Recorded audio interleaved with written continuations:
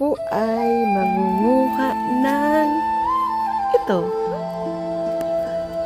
Uunahan ko yung ibon kaya unti-unti kong kinukuha. Maraming beses na ako ito naka-harvest nito. Yan na.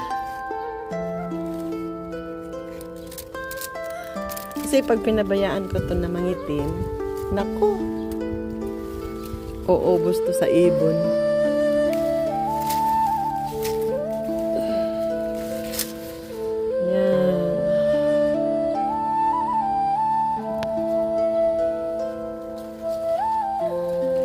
Maraming beses na ako naka-harvest dito.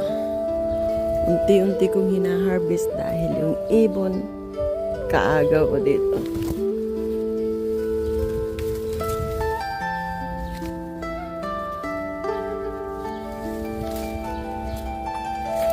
Ayan.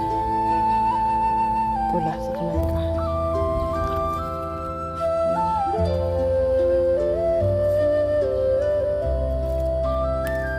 Tawa ako kagabi. Kagagaling ng amo ko sa labas. Tapos nakita niya marami. Umita siya dito. Nadulas siya. Pagpasok niya sa loob, tawa ng tawa siya. Sabi niya, nadulas ako doon. Sabi ko, ba't hindi ka na nagantay bukas? Kay dilim-dilim. Yun ang dami doon sa dulo. Wow! Daming hinog.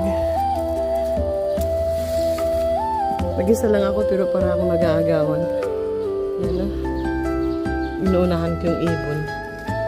Dahil mga kalaban ko sila. Ang dami sa baba. Ay, natapakan yung iba. Pagkasan ko na lang. Yun o. Dami sa baba. Na ano.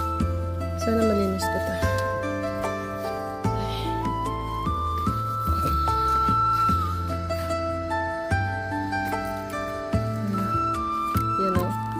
Nog.